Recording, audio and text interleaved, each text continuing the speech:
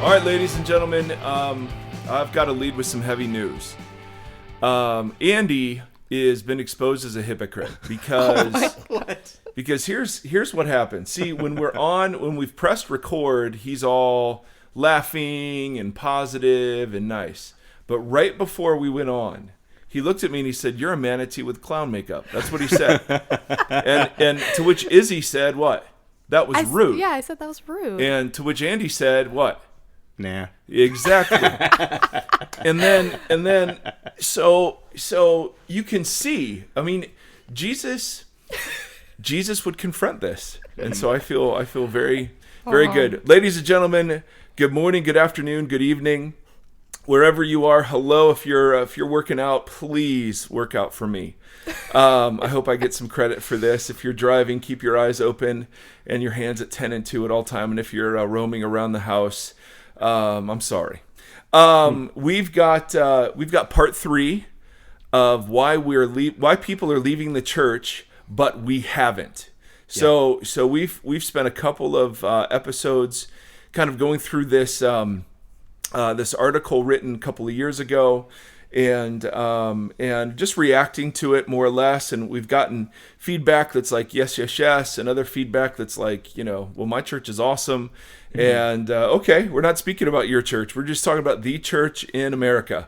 And we're oversimplifying and we're overgeneralizing, but there does seem to be something about the general dissatisfaction with the institutional forms of American Christianity. And just to give the distinction that we started with last time before Izzy, we'll start with you, but no follower of Jesus can leave the church, right? This is who you are. This is an identity statement. This is you've become part of a collective, no matter what it is that you do. And actually, one of the reasons why I haven't given up on the church is because it's the reminder that I'm a part of a collective. Right. Sorry, I didn't mean to interrupt. One thing he didn't mention, I'm curious though too, is like I'd want to hear somehow eventually is if he's also referring to some people who left faith because of those things. Right. Because that looks different. But it's like to me, I look at that, I'm like, I feel like I know some people who've actually left their faith because of some of those things. Like why love doesn't look like love. So that's, Yes. Anyway, sorry, go ahead. No, that's a great ad. And there's a sense in which, yes, some of these things are so disturbing, people walk away from faith.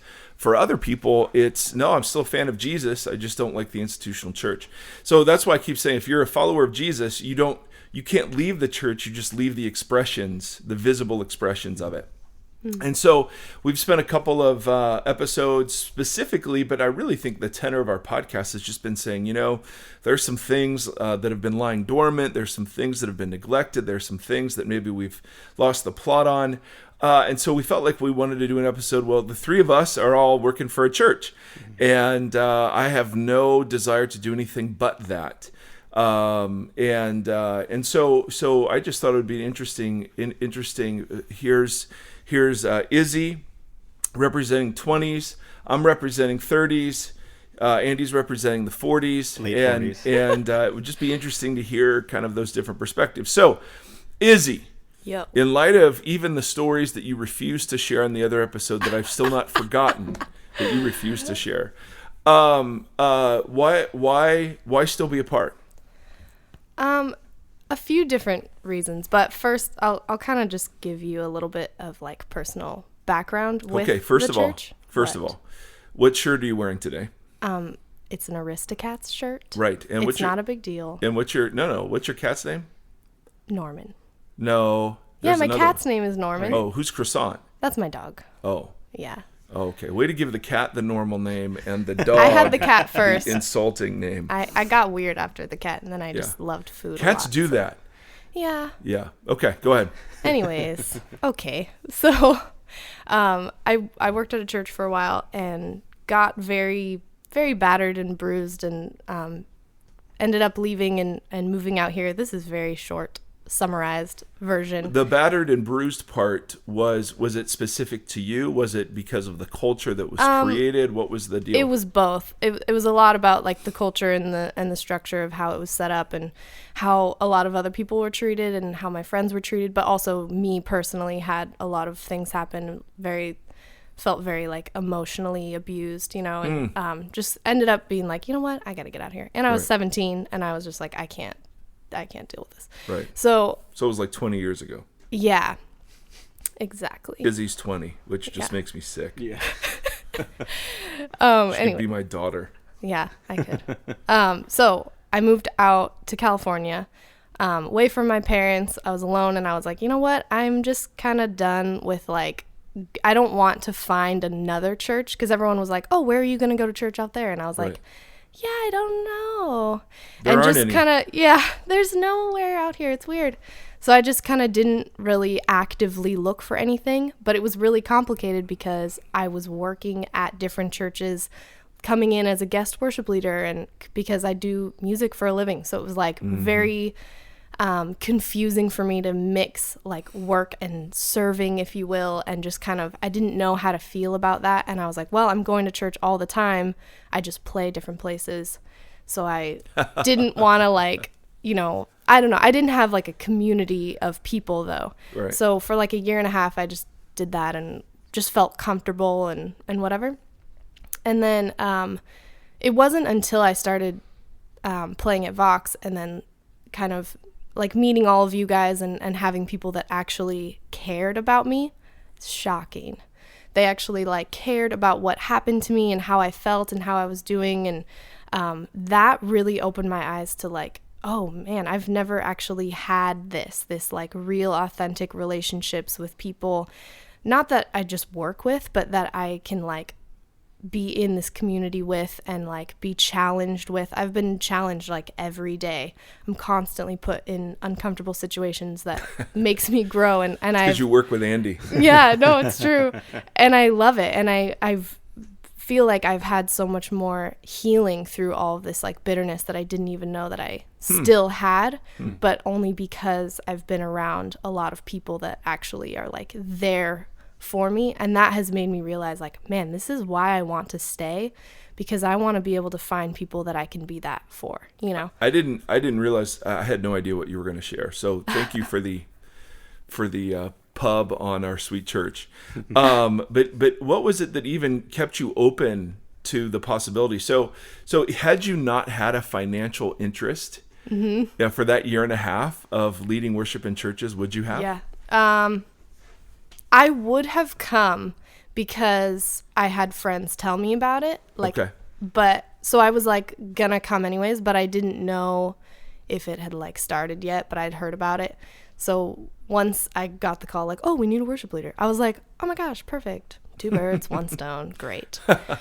But yeah, I mean, I don't know if I would have been like, I'm all in, like, can't wait to, you know, be here forever. I don't know. But, you know, I'm not like trying to like mask anything. Like, yeah, it worked out both ways, you know, but, I'm really actually grateful for this because, I don't know, there's not really anywhere else that felt real to me. Like I'd almost gotten in this situation a couple different times with other churches and never felt right about it. Just kind of always was like, well, whatever, I'll just do it, you know. And now I'm like so thankful that I did not do that, because it just wouldn't have been healthy for me.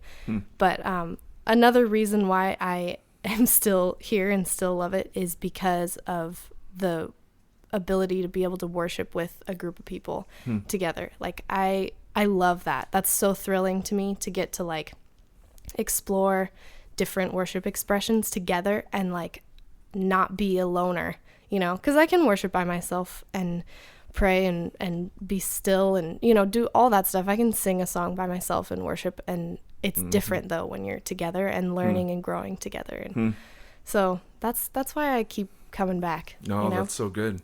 So a sense of belonging and a sense of being known. And the corporate, I mean, you know, we have folks that live stream, or they'll do the podcast. And, you know, one of the questions we've wrestled with is, what do you miss? You know, if you just are live streaming, or if you're just a podritioner, as one church calls them. And one of the things is that corporate sense, right, of worship. And by worship, we mean the whole thing, not just the singing part. Yeah. That's good. Andy, what do you hear when you hear Izzy talk about that? I hear a lot of the same. I mean, there's some things for my own like kind of take on why I'm still here. I mean, that's I think that there's something very deep in the human soul that's put in alignment when you're in a body of people that does come together and worship together. And I mean, you could look at this across, all rock kinds concerts, of social football. movements. Yeah, that's what I mean. No, but really, there's something about seriously. being there. Right. That's, Yeah. I mean, but even you look at the strong political movements, look at things that happen when people actually come together. I mean, if everyone was just sitting at their computers hashtagging Black Lives Matter, right, and not showing up, and not, I'm not validating necessarily the level of violence that some of the protests have had, but it's like there's a different impression that they have upon the world when people show up to something. Correct. Yeah. And like I simply can't deny that there is something to that, and it's the I don't know what it is. It's just simply there, and it's meaningful and it's valuable. And I think that people almost don't recognize it until you pull away from it. All of a sudden, like, and there's you can find that in like one common statement that a lot of people say is wanting to be a part of something that's bigger than yourself. You'll hear that term in charities and nonprofits and churches and other kind of movements, but it's like, why does that desire exist? From the beginning. And so there's I think there's something really critical to that. And it's human. It's not a religious thing. Right. It's a human thing. Yeah. No, that's exactly right. Yeah. No, that's really, really good. Yeah, I think the desire to be known, the desire to be a part of something bigger, that exists in tension, right? So on the one hand, to be a part of something bigger than you sometimes requires you not being as known as you'd want to be. And on the other hand, being known requires a small enough group that it doesn't necessarily facilitate the sense that you are a part of something bigger. So there's interesting kind of bigness and smallness thing that the human soul hungers for. Yeah. That can be in its best expressions can be represented well in all sorts of ways. It's the difference between watching a game on TV versus being at the game. Yeah. Or or you're at the concert, but you're watching the concert through the phone that you're using to record it, as opposed to just letting yourself be fully immersed in it. You know what I mean? Yeah. I think one of the things that jumped out to me, as I was thinking about why I'm still such a part of it, like why I just can't give this is jacked up as it is. I think there are a whole bunch of reasons. One, but it comes from one fundamental premise, namely that I'm part of the problem. So I was looking at the 5 and I'm going, well, let me just confess all of the ways I'm guilty. So your Sunday productions have worn thin. He said, well, I've been guilty of spending so much time worrying about the 35-minute segment, and receiving kudos for the 35-minute teaching segment, and ignoring all other distraction to focus on the 35-minute segment. Right? That's my sweet spot. And so to the critique that the church is spending the best of its resources on the Sunday production, I've been guilty of that, absolutely. That we speak in a foreign language. Yes, I am a theology nerd. I love big words, and I love authors, and I love theology. And I've been so guilty of just insider lingo and language. Your vision can't see past your building. Yeah, I've been a part of 3 building campaigns.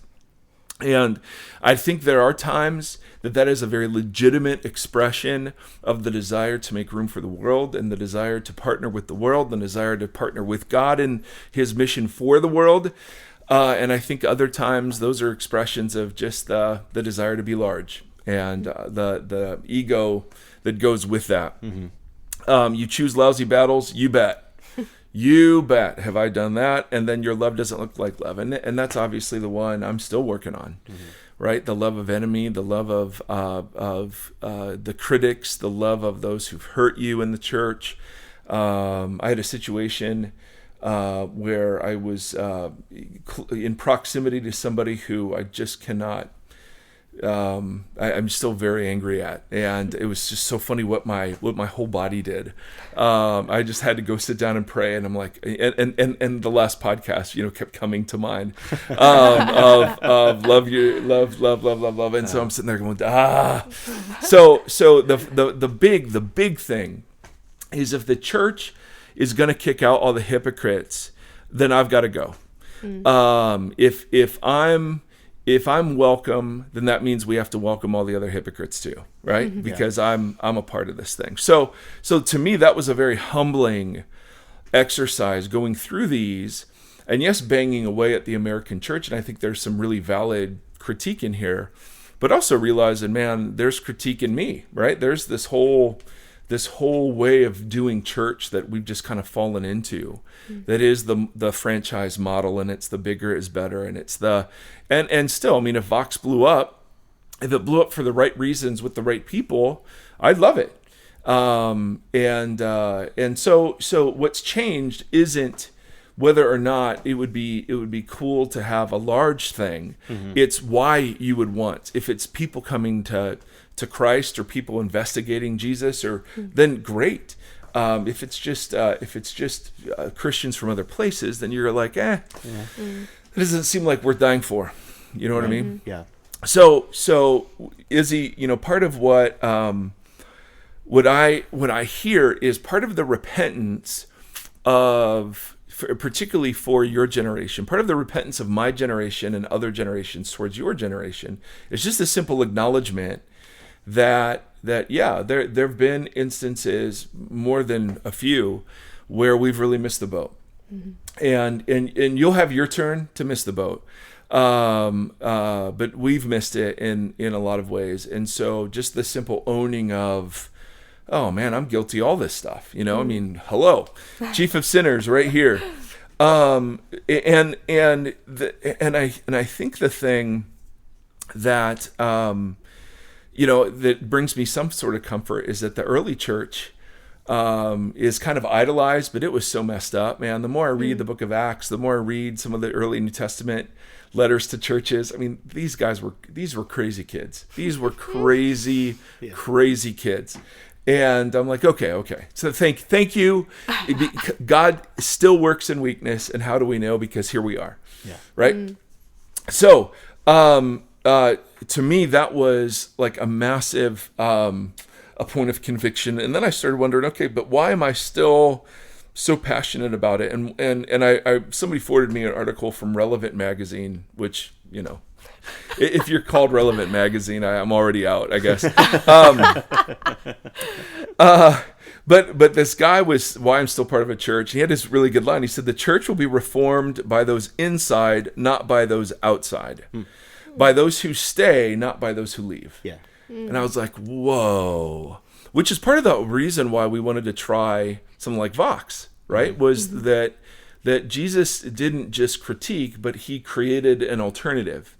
And the alternative in Jesus's case was still a messed up community, but it was radically reshaped around the cross and around the resurrection and around the ministry and presence of Jesus. And so I feel like, okay, here's a reason.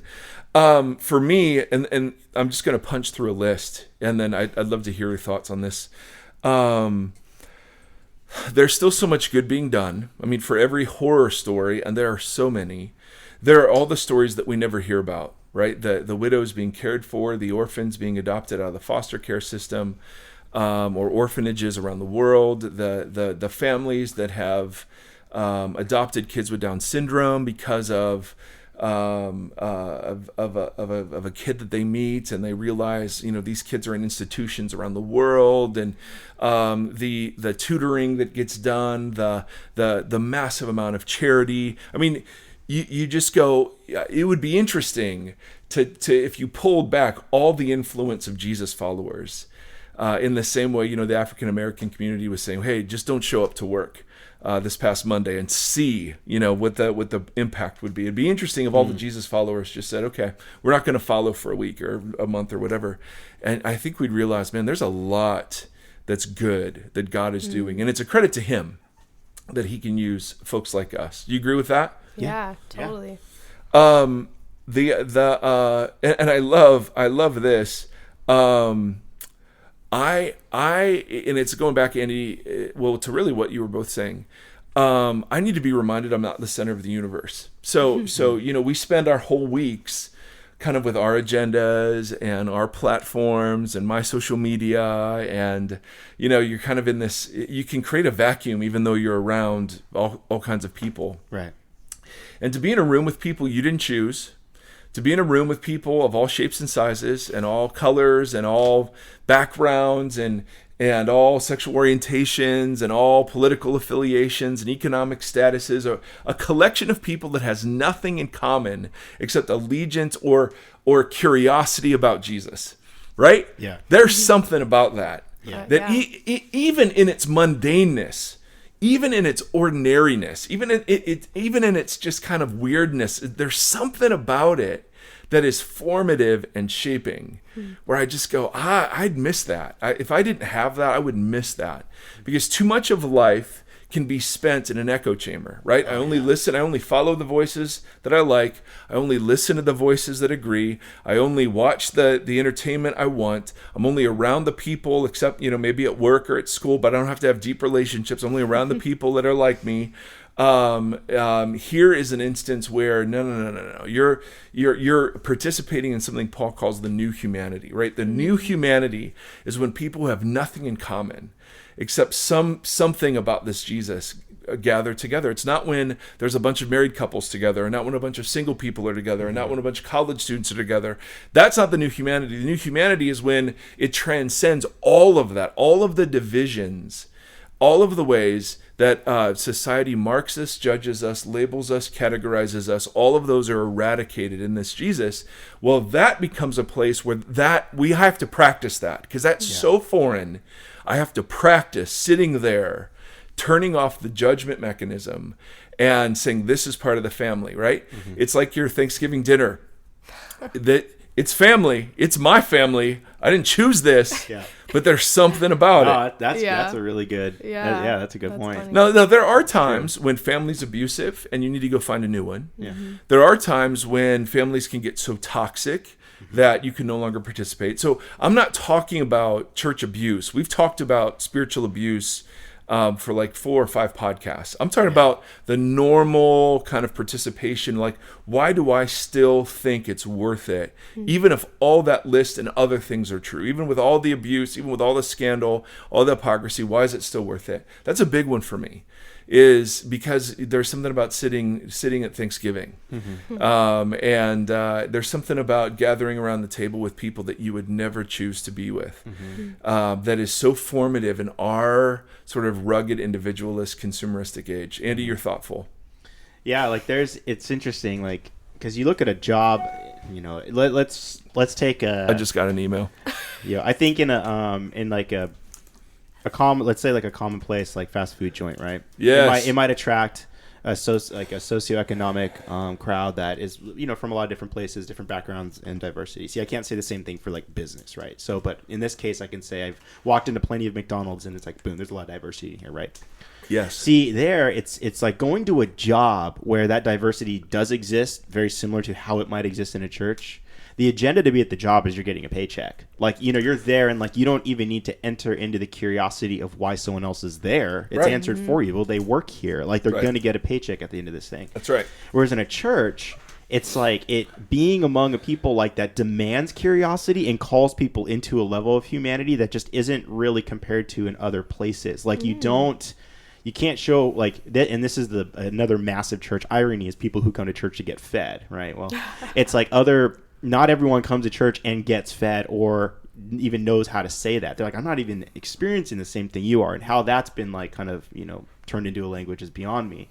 But it boils down to this heart thing. Like, how could you come, like I would struggle to have a conversation with someone who wouldn't be able to step into the curiosity of others if they're constantly attending a Sunday church. Like, how could you just sit there every week and not have a heart to wonder who you're sitting next to, and not like, because it's like, why are you here? Did you stop to think, why are they here? I mean, no one's collecting a paycheck. Like, you don't, like, the return often is so dynamic that it's not even like, it's so unreliable, right? No one comes to church and says like, this is probably how the whole machine was created. Well, how do we consistently give the same product week after week? Right.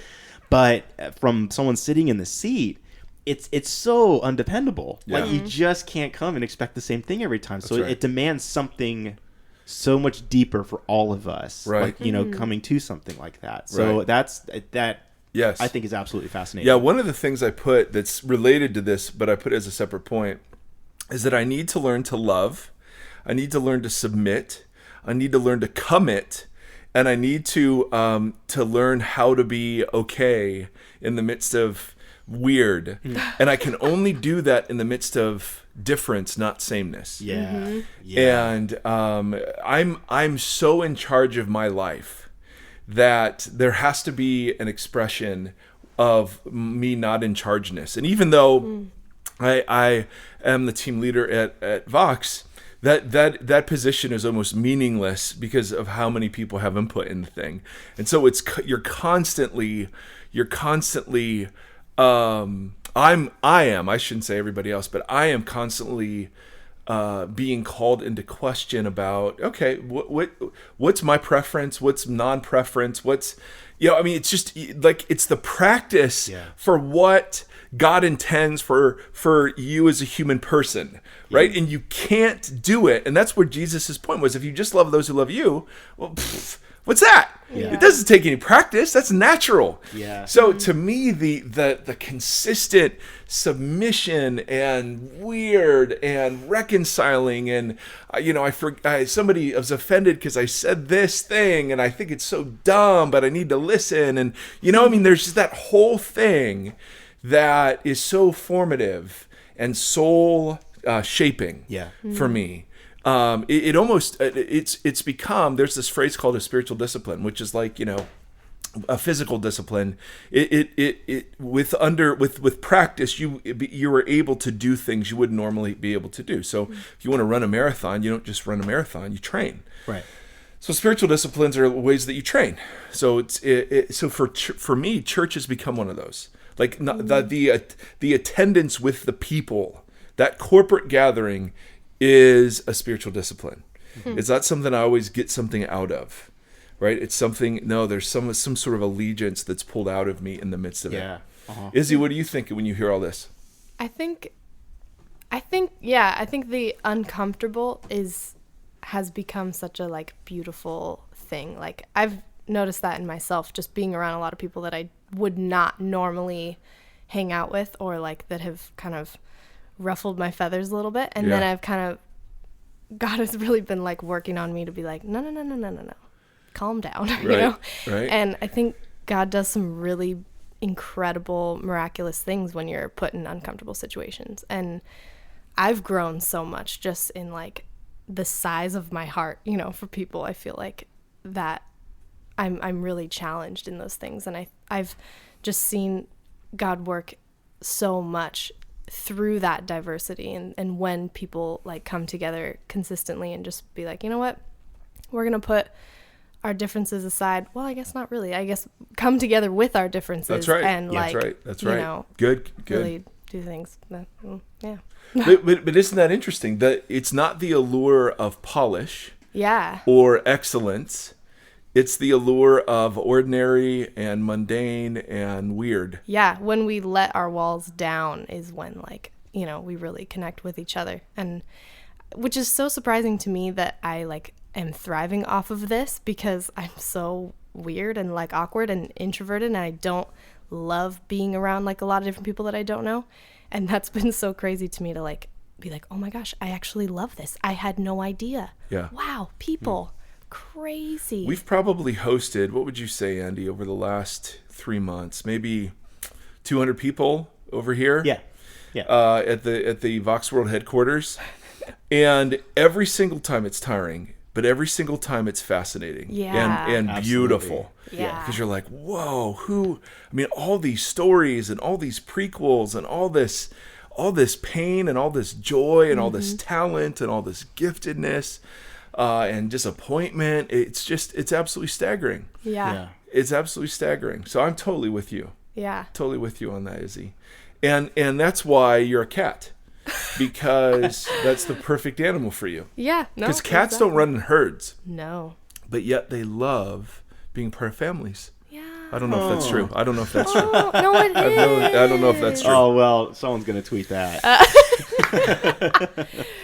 Oh, man. I love it. The another one for me, I think, and this is the one that probably is most significant, is I need to be reminded of who I am and what story I'm a part of, and that the whole thing isn't revolving around me, and because we're all egoists somewhere along the line, right at bottom, and to be reminded there's a throne at the center of the universe and I'm not on it. And neither is Donald Trump or Hillary Clinton or a Supreme Court justice, or, there's just this radical reframing that happens when you're in the midst of the community.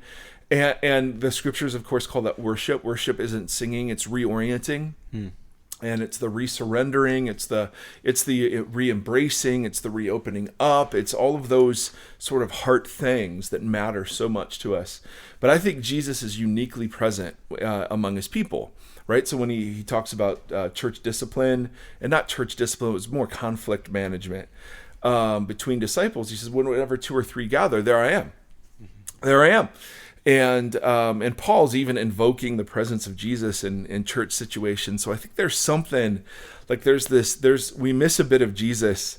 Yes, we've talked about it, right? It is me and Jesus in one sense, but it's more like Jesus and his bride is the bigger picture. Jesus and his people, Jesus and his body. I mean, all these other sort of metaphors that are collections of people.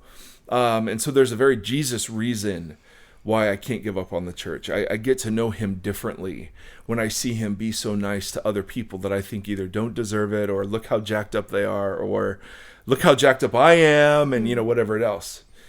And you see him work differently with different people, and you kind of like, oh, he doesn't need me. Oh, got it.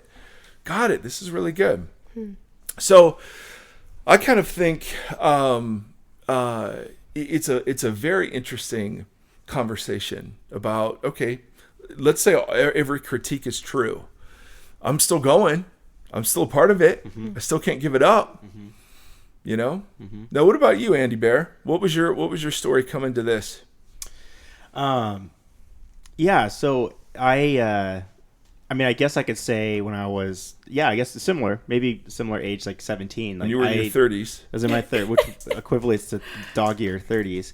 I left. I could say that for what it's worth, like I developed a anti-establishment kind of view of the organization of the church. Jesus was still present in my life in a number of different ways, through my parents, through other friends that I have, even just the acceptance of faith at 13. So it was it was in me. Like I had conversations with Jesus as, someone who believed he was a person in my life. So, but it wasn't until my mid-20s where I got to actually see just at that time an alternative picture of church compared to what I had experienced my whole life.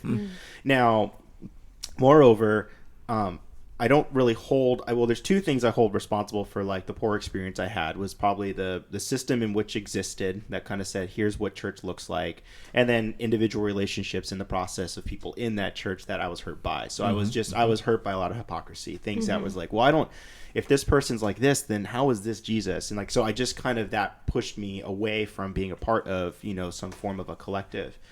So then like mid-20s, I was brought back into a church experience again, and wildly different, because, oh my gosh, there's musicians on stage. That's a thing. Like, it actually, it's like the teaching is like what really different and really good. And this aligned with reading a couple other books at the same time, like Blue Like Jazz had just come out, which was a great book for pushing back on doubt. Like, so much stuff in there was being expressed from Donald Miller just about doubt and why does a church look like this, and this exploration of a person. And that for me was like, I felt like I was on that journey.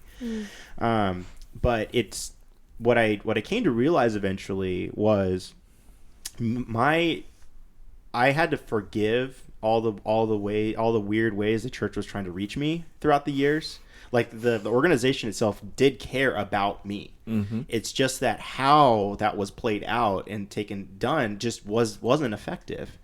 So for however it came about, there came a point where I had to forgive that. I had to forgive the church for all of that. What was the offense that you forgave them for?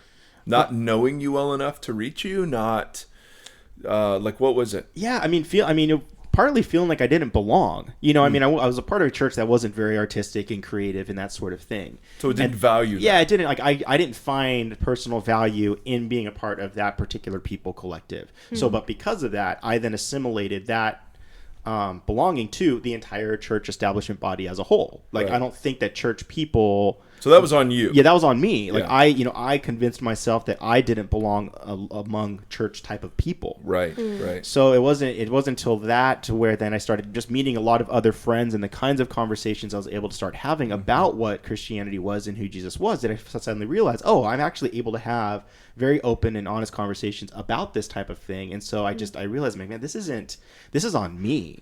And I had to realize that it was people who hurt me, and I was blaming the organization for that pain. Yeah. So I had to be like, can I ever forgive? And the most biblical picture of this for me was Paul, like realizing, with him, kind of, correcting all these broken churches.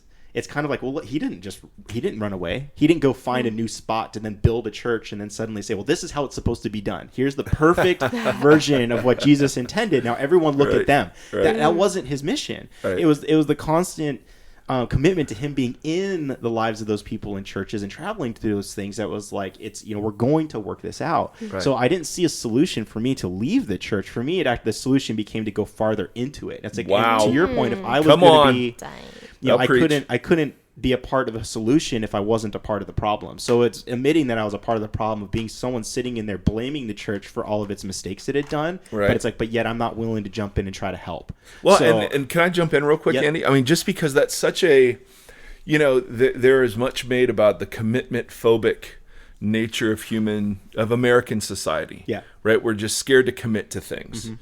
And whether it's people or products or buyer's remorse or, whatever it is. Yeah. And so here's an instance where you're being invited to lay that down, and to commit, even though, so it's kind of the anti-consumer, invitation. Yeah. At that point, I mean, it really is. Yeah. Yeah, I mean, it meant, because I had to ask myself, what does that actually mean? Because and there's a huge spirituality to all of this, of course, of like, what does it look like to follow Jesus? It's like, if he loves this people, how do I reorient myself to also love these people? Mm-hmm. And that had to start with forgiveness. It had to start with grace.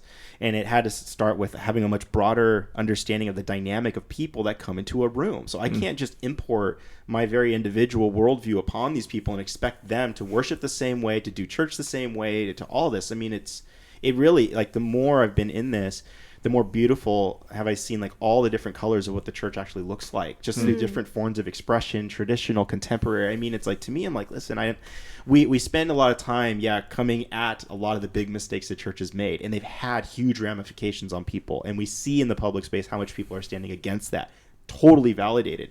Likewise, though, I'm just working to find so much more grace to be able to individually even experience just other forms of how people are finding Jesus. Mm-hmm. So it's like, I kind of, if I visit, a very traditional, whatever, like a Greek Orthodox church, like I'm sitting in that and looking at like, how did they come to see Jesus in this? Like, how does this root back to the meanings of all these different sacraments and things that they do? I'm like, they do represent something, but it actually just calls me to be more curious, but it's like, it doesn't remove, it's not removing Jesus from it. In fact, I'm just like, that's interesting. Like, how did they get there? Because we got somewhere. We all of a sudden decided that lights, fog, and smoke was a way to do worship. Woo!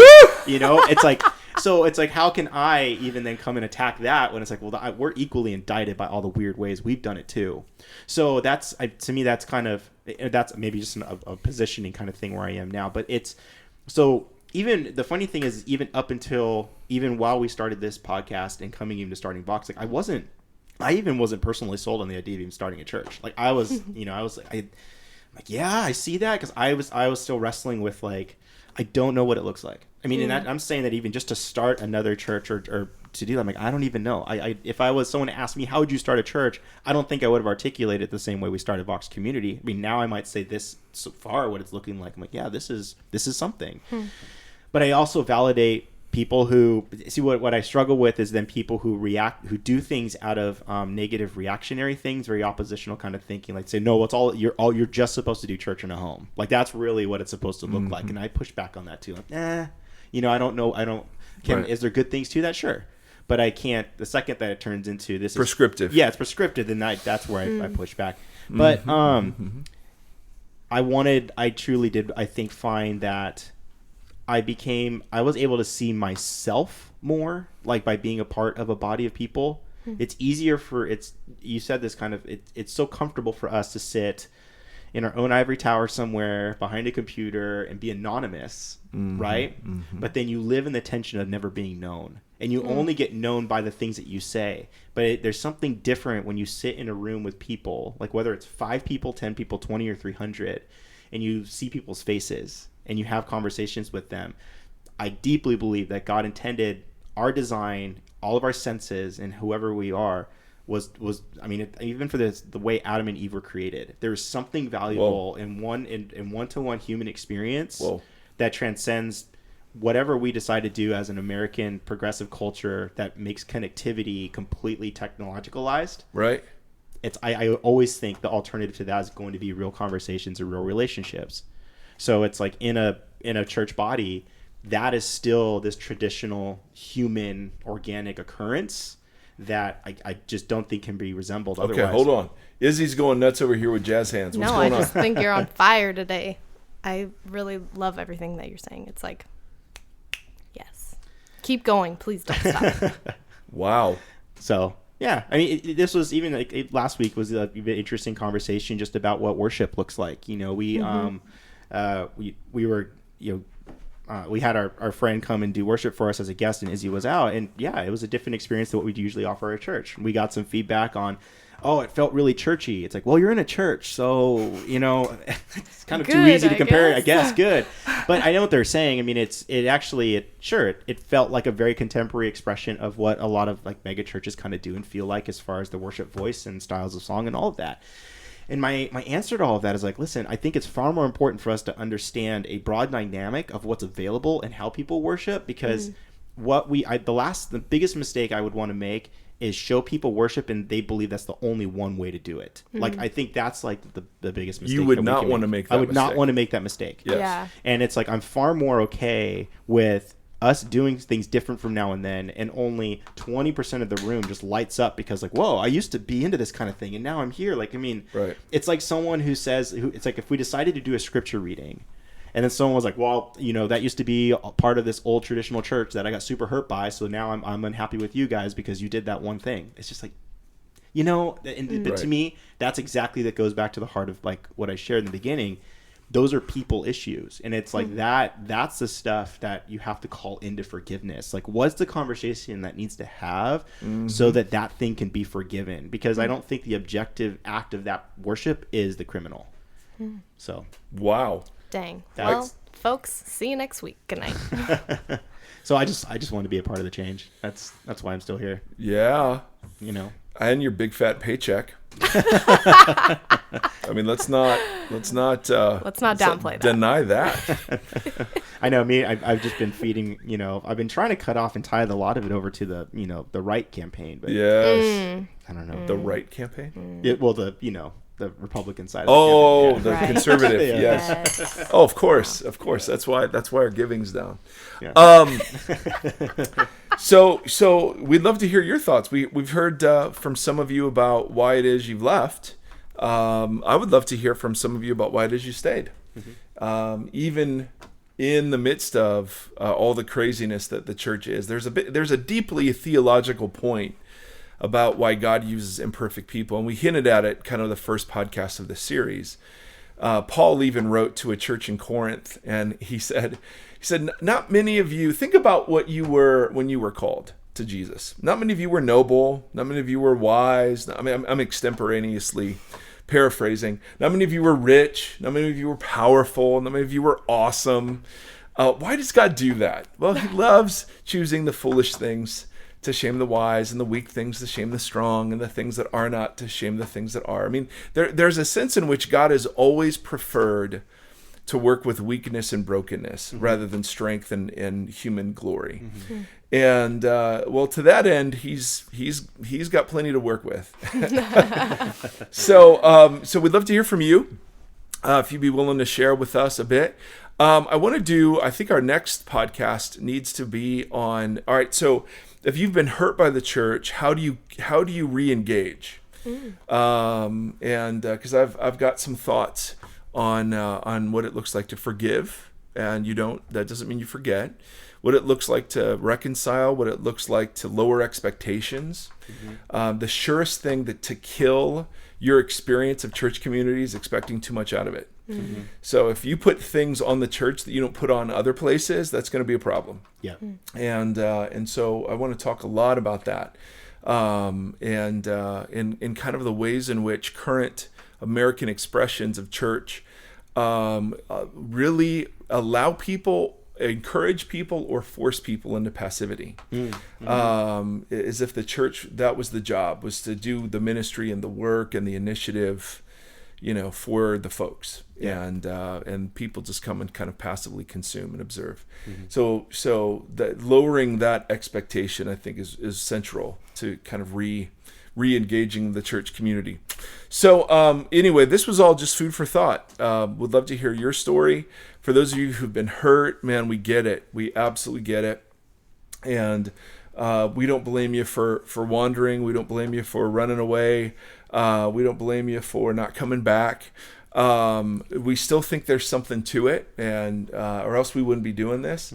So we want to be honest about that. But I think it is perfectly acceptable and healthy to be able to list all the weaknesses at the same time, saying, yep, but still, this is the beautiful bride, evidently. The church is this indestructible, beautiful bride of Jesus, and it's one of the most sinful human petty institutions at the same time, and both are true. Yeah. And it is one of the ways to kind of be reconciled to the church is the recognition that both are true. Yeah. There's something lost when we're not a part of a community, but that community is never going to be what we'd wish it were. So kind of like marriage, doggone it. It really is. So I love this quote. We're going to close on this quote. I want to know, I want to note that Izzy has never given me jazz hands or said that I was on fire, and here she is. I did protect you from that manatee joke earlier. That's true. So you didn't. It wasn't protection as all much right, as well, it was I called it out. Empathy. Okay, yeah. It didn't even work. I mean, look at him. You know what? He's just angry. He has a smug little smile over here. Yes, he does. All right, so I think he's an Argentinian philosopher. Okay, Who, Andy? No, definitely not. I like that title.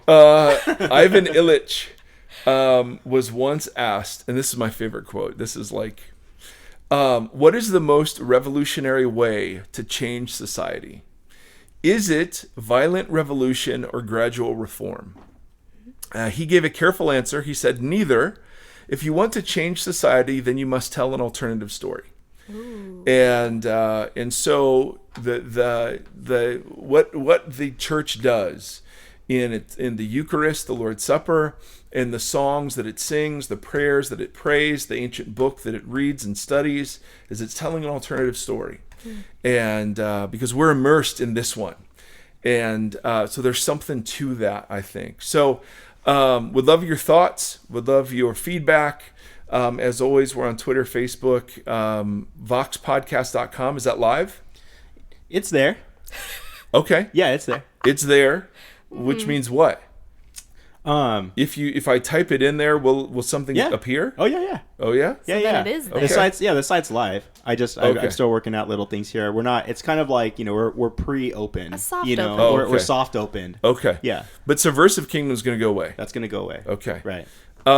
So do that. Thank you for reviews on iTunes. That's so helpful to get us noticed. And we're always grateful for shares and tweets and anything to get the word out. We think you guys have given us such great feedback in terms of what we're doing is valuable. So we're dumb enough to actually believe you. So what episode number is this, Andy? This is going to be 49. 49. Yeah, so next episode might So this matches your 50. age. Oh, wow. So We I caught love that. I know. So this is almost a year. We're almost to the year anniversary. Yep, October 15th is when we posted our first one last year. Really? Oh, Wow. Izzy, look at you. You were like 16 then. I know. I was actually 12. Okay. Yeah. Of course. Yeah. All right. Someday Izzy's going to give us all the juicy details. Oh, man. Because nothing is good gossip like church gossip. It's so sad that that's true. So, all right. Until next time, my brothers and sisters, let's do our little blessing. May the Lord bless you and keep you. May the Lord shine his face upon you and be gracious to you. May the Lord lift up his countenance to you, and may he give you peace in these days. We're so grateful to be a part of your life. Thanks, as always, for listening. Until next time. Thanks for listening to Vox, the Mike Erre podcast. Be sure to like Mike on Facebook at facebook.com/official Mike Erre. Follow Mike on Twitter and Periscope at Mike Erre for live interaction and ongoing Q&A. Don't forget to visit subversivekingdom.com for further engagement and information about Mike.